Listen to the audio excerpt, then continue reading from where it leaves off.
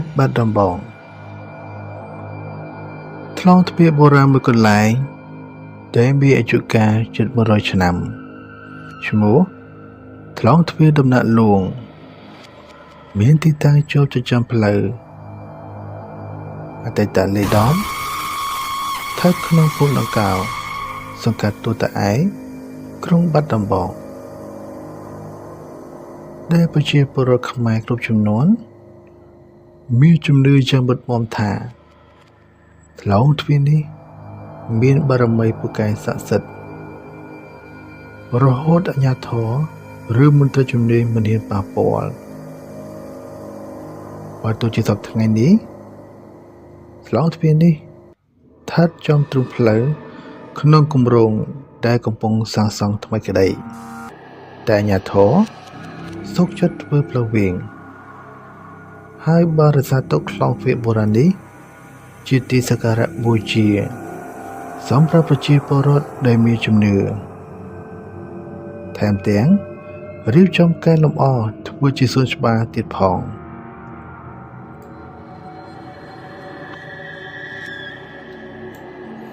ប្រជាពលរដ្ឋភាគច្រើនបានជឿលើបារមីដែលថែរក្សាគ្រប់គ្រងថ្លងទ្វារដំណាក់លួងនេះប្រជាពលរដ្ឋតែងអុជធូបបន់ស្រន់សូមសេចក្តីសុខសប្បាយឬធ្វើពិធីបន់ស្រន់ផ្សេងៗទៅតាមជំនឿរបស់ពួកគេតែពួកគេមានបំណង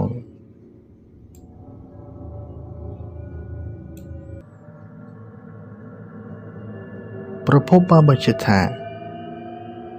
កាលពីជាង10ឆ្នាំមុនក្នុងរជ្ជកាលលោកប្រាច័ន្ទធ្វើជាអភិបាលខេត្តគេមានគម្រោងជួសរំលើងថ្លងទ្វារនេះចោលដើម្បីសាងសង់ពង្រីកផ្លូវប៉ុន្តែកាលនោះអាជ្ញាធរនិងមន្ត្រីជំនាញបានប្រើប្រាស់គ្រឿងចក្រជួសគំនិតថ្លងទ្វារនេះចោលតែគ្រឿងចក្របានរងការខូចខាតអស់ចំនួន3គ្រឿងជាបន្តបន្ទាប់រហូតមានលេចលឺនៅពាក្យចចាត់តារាមថាមិនតាំងតែខូចគ្រឿងចក្រទេអ្នកបើកបរគ្រឿងចក្រដែលព្យាយាមជួសឆាយកំទេចថ្លងទ្វារនេះក៏ឈឺរហូតដល់ស្លាប់តែម្ដង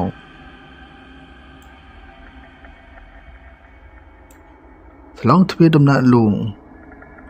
សាងសង់ក្នុងចន្លោះឆ្នាំ1928ដល់អំឡុងឆ្នាំ1940ក្នុងរជ្ជកាលព្រះបាទព្រះមុនីវង្ស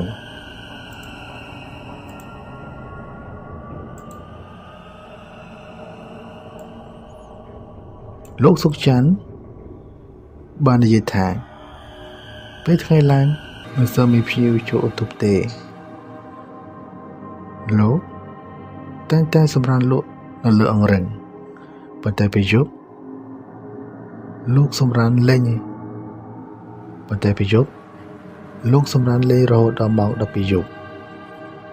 ទើបលោកងើបជិះកង់ទៅផ្ទះលោកបានរៀបរាប់គូឧបប្រពន្ធថា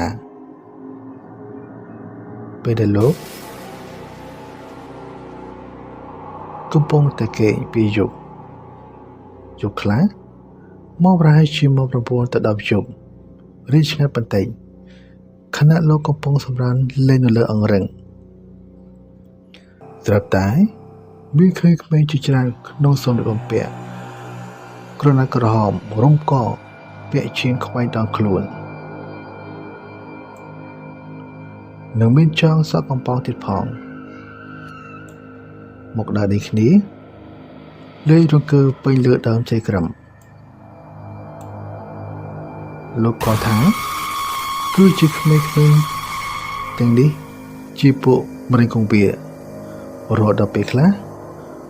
លោកស្រីដេញឲ្យឈប់លេងទើបពួកគេឈប់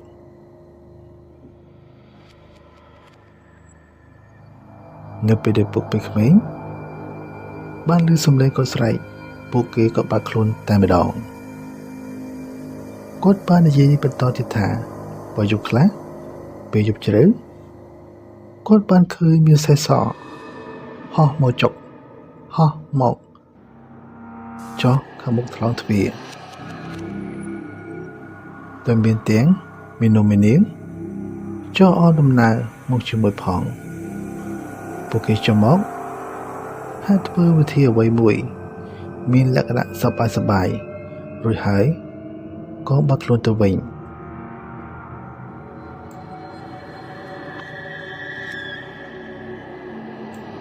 ប្រវត្តិខ្លុកពីដំណាក់លួងធ្វើឲ្យអ្នកភូមិនៅទីនោះមាន